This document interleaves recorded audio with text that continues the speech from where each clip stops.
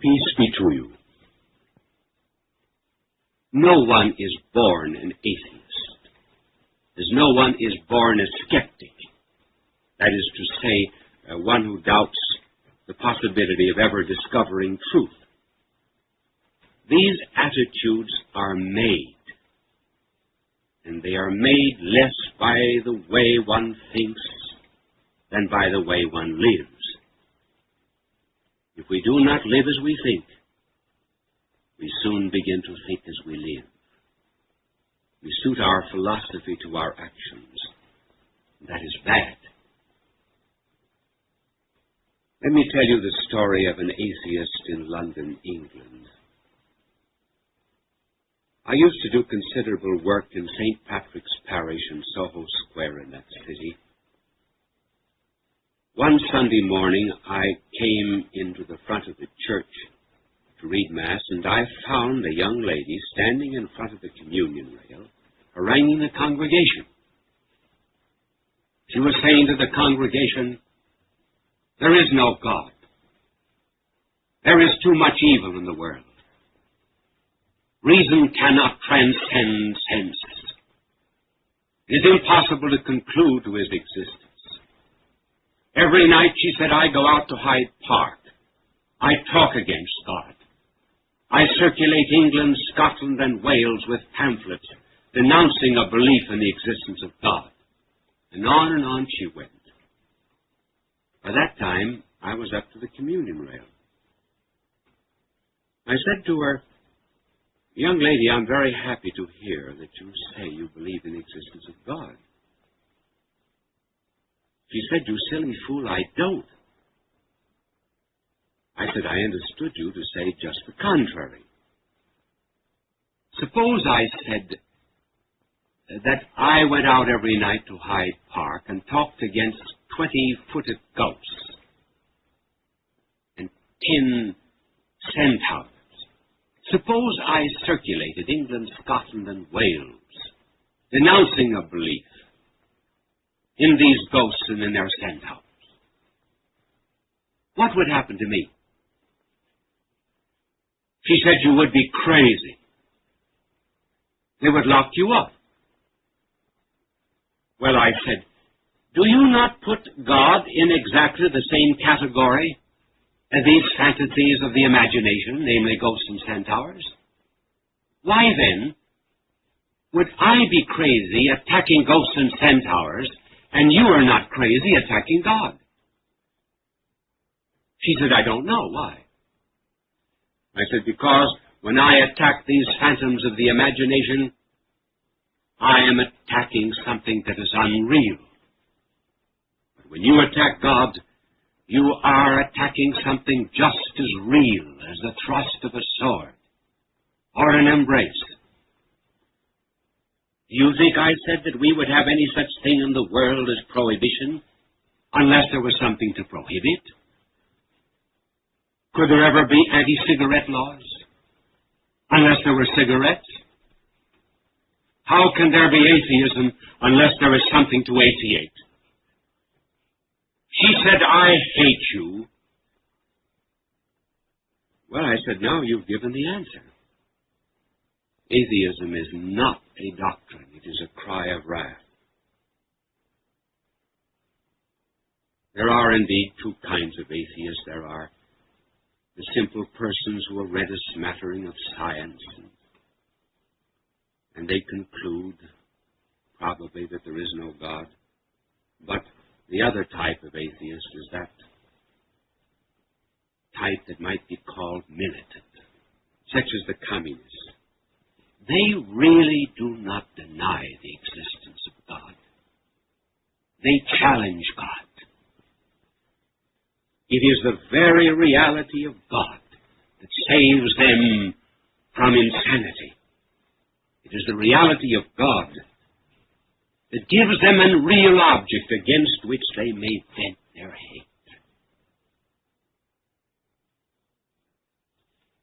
Now, after discussing the attitudes that any soul may take in the face of proofs, we will investigate the knowledge of God. First of all, how does God know? Well, God does not know the way we know. We know by looking at things. God knows by looking at himself. We can get a faint idea of the way God knows from an architect. Before an architect puts up a building, he can tell you if he is the designer. The size of the building, its dimensions, the location of each room, its height, the number of elevators it will have, and so forth. How does he know all of this before the building is built? Because he is the designer of the becoming of the building. Now, God is a cause, too. But God is not just a cause of the becoming of the universe. He's the cause of the very being of the universe. And just as an architect needs only look into his own mind to understand something of the nature of that which he has designed, as a poet knows his verses in his own mind, so God knows all things by looking at himself. He does not need to wait for you to turn a corner before he knows that you're doing so. He does not see little boys putting their fingers into the cookie jar and conclude they're stealing. Everything is naked and open to the eyes of God. For example, he does not just look down at a debutante at a coming-out party and then be on tender hooks for the next 5 years wondering if she's going to find a man. There is no future in God. There is no past in God. There is only the present. We can get a faint idea of what this knowledge is from an example of this kind. Suppose you walked through a cemetery in which you saw a succession of gravestones belonging to the same family.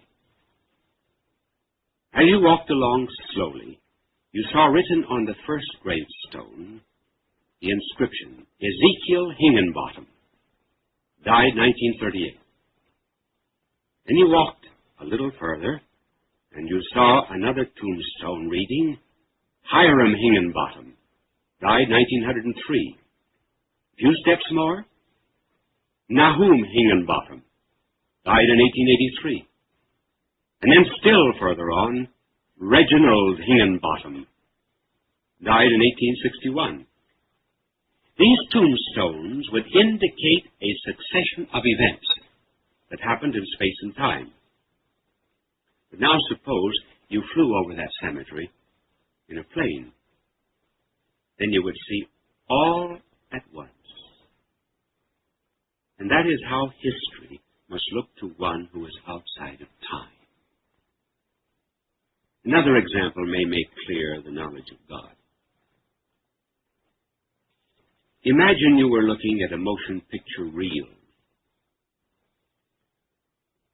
This motion picture reel has the full story or drama unwritten on every single inch of it. Suppose the motion picture reel were conscious. If it were, it would know the whole story. But if you and I were to know the whole story, we would have to wait until that screen, or rather that film, was unrolled upon the screen. We would only know successively what the reel knows all at once. And that is the way it is with the knowledge of God. Now coming a little more closer to that knowledge, because God knows all things and because he is creator, it follows that every single thing in the world was made according to an idea or a pattern existing in the divine mind. Look round about you. You see a bridge, a statue, a painting, a building. Before any of these things began to be, they existed in the mind of the one who designed or planned them. In like manner, there is not a tree, a flower, a bird, an insect in the world that does not in some way correspond to an idea existing in the divine mind. The pattern of them has been wrapped up, as it were, in matter. And what our knowledge does, and what science does, is to unravel and unwrap, as it were, this matter in order to rediscover the ideas of God. And it's because God put his ideas or patterns in things that we are assured of the rationality and purposiveness of the cosmos. It is that makes science possible. If there were no human minds in the universe, if there were no angelic minds, things would still be true because they corresponded with the idea existing in the mind of God. Naturally, we cannot bring up a subject like the knowledge of God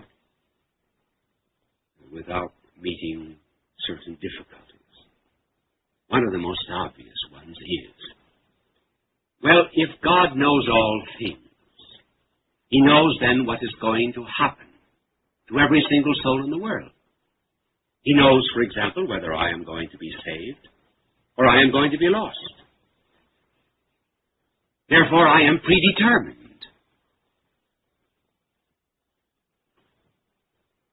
Well, that was an argument that was used a few centuries ago, and as a matter of fact, it was part of the philosophy of Eastern peoples.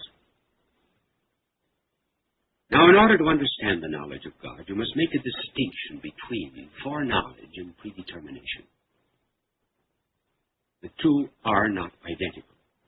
God, indeed, does foreknow everything, but he does not predetermine us independently of our will and our merits.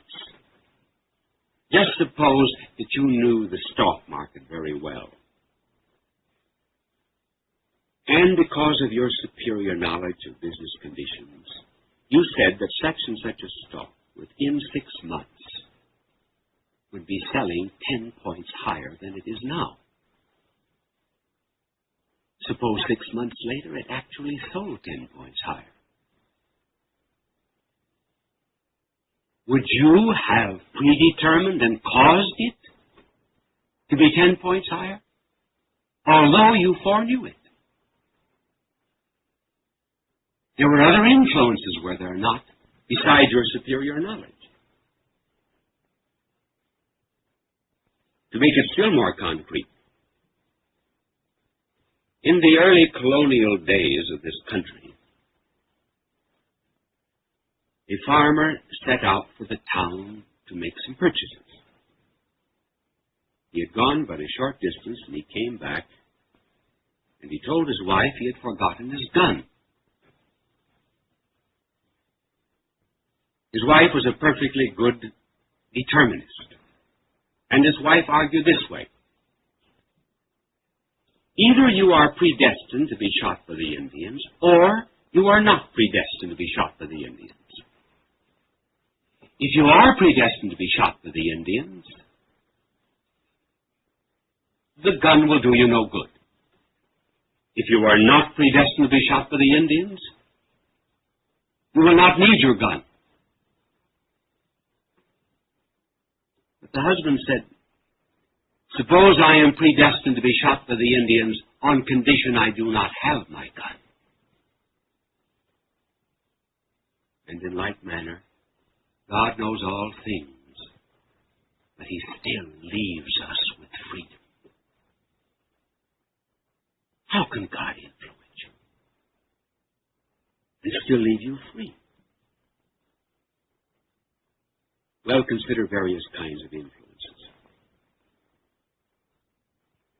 First, turn a key in the door. there is the impact of something material on something material. And the result is the opening of a door. That is one kind of influence. The influence of a material thing on another material thing. But there's still another kind of influence. In the springtime, you plant a seed in the garden. The sun, the moisture, the atmosphere, the chemicals in the earth all begin to use an influence upon that seed. It certainly is not the same kind of action as turning a piece of steel in a lock. There are tremendous capacities for growth in that seed. And what most awakens the seed to growth is something invisible, namely the sun. Now go a stage higher. Consider the case of a father talking to his son, trying to influence him, for example, to become a doctor. What actually influences the son is some invisible truth, as well as the deep love of the father for the son and of the son for the father. What love actually does is to bring out in the son a free act. The son is not obliged to do exactly what his father wants. He is free to do the contrary. But truth and love have so moved him that he regards what he does as the very perfection of his personality. Later on he may say, I owe everything I have to that conversation I had with my father. I really began to discover my true self. Now, in some such mysterious way as this, God works upon your soul. He does not work like a key in a lock. He works less visibly than a father on a son, but there are the same mysterious words, I and you. Because God is the very embodiment of love, His love inspires you to be what you were meant to be. A free person in the highest sense of the word. The more you are led by God's love, the more you become yourself. And it is all done without ever losing your freedom. That still leaves another great problem. Namely, the problem of evil. You may ask, if God is power and love, why does He create this kind of world, and why does He permit evil? We are not going to give here a complete explanation of evil, and a complete explanation of evil cannot be given here below. We will only just give certain indications of why it is possible. Let us begin with the question, why God made this kind of world. We must realize that this is not the only kind of a world that God could have made. He might have made 10,000 other kinds of worlds in which there would be no pain and no struggle and no sacrifice. But this is the best possible kind of world that God could have made for the purpose that He had in mind. Notice the distinction we're making. For example, a little boy says to his father, who is a distinguished architect, I want you to build me a birdhouse. The architect designs a birdhouse. It's not the best house that skilled father can design, but it may be the very best house that the architect could design for the purpose that he had in mind, namely, to build a house for sparrows. Now that brings us to this other question. What purpose now did God have in mind in making this world? The answer is that God intended to build a moral universe. He willed from all eternity to build a stage on which characters would emerge. He might have made a world without morality, without virtue, without character. He might have made a world in which each and every one of us would have sprouted goodness with the same necessity, for example, that the sun rises in the east and sets in the west. But he chose not to make that kind of a world. Not to make a world in which we would be good as fire is hot and ice is cold. He willed to make a moral universe in order that by the right use of the gift of freedom, characters might emerge. But does God care for things piled into an infinity of space, even though they be diamonds? For if all the orbits of heaven were as so many jewels, glittering as the sun, what would their external but undisturbed balance mean to him in comparison with a single character, which could take hold of the tangled skeins of a seemingly wrecked and ruined life and weave out of them the beautiful tapestry of saintliness and holiness? The choice before God in creating the world, therefore, lay between creating a purely mechanical universe, peopled by mere automaton machines, or creating a spiritual universe in which there would be a choice of good and evil. All right, granted then that God chose to make a moral universe in which there would be character. What was the condition of such a universe? He had to make us free. That is to say, he had to endow us with the power to say yes and no, and to be captains of our own fate and destiny. Morality implies responsibility and duty, but these can exist only on condition of freedom. Stones have no morals because they are not free. We do not condemn ice because it is melted by heat. Praise and blame can be bestowed only on those who are masters of their own will. It is only because you, for example, have the possibility of saying no that there's so much charm in your character when you say yes. Take the quality of freedom away from anyone, and it is no more possible for him to be virtuous than it is for the blade of grass which he treads beneath his feet. Take freedom away from life, and there would be no more reason to honor the fortitude of martyrs than there would be, for example, to honor the flames which kindle their faggots. Is it therefore any impeachment of God that he chose not to reign over an empire of chemicals? If God has deliberately chosen the kind of empire not to be ruled by force but by freedom, and if we find that his subjects are able to act against his will, as stars and atoms cannot, does this not prove that he has possibly given to those human beings the chance of breaking allegiance in order that there might be meaning and purpose in that allegiance when they freely chose to give it? Here we have, then, a mere suggestion as to the possibility of evil. It's bound up with the freedom of man. Man who's free to love is free to hate. He who is free to obey is free to rebel. Virtue in this concrete order is possible only in those spheres in which it is possible to be vicious. A man can be a saint only in a church in which it is possible to be a devil. You say, well, if I were God, I would destroy evil. Well, if you did that, you would destroy human freedom. God will not destroy freedom. If we do not want any dictators on this earth, certainly we do not want any dictators in the kingdom of heaven. And those, therefore, who would blame God for allowing man freedom to go on hindering and thwarting his work are like those who, seeing blots and smudges and errors in the student's notebook, would condemn the teacher for not snatching away the book and doing the copy himself.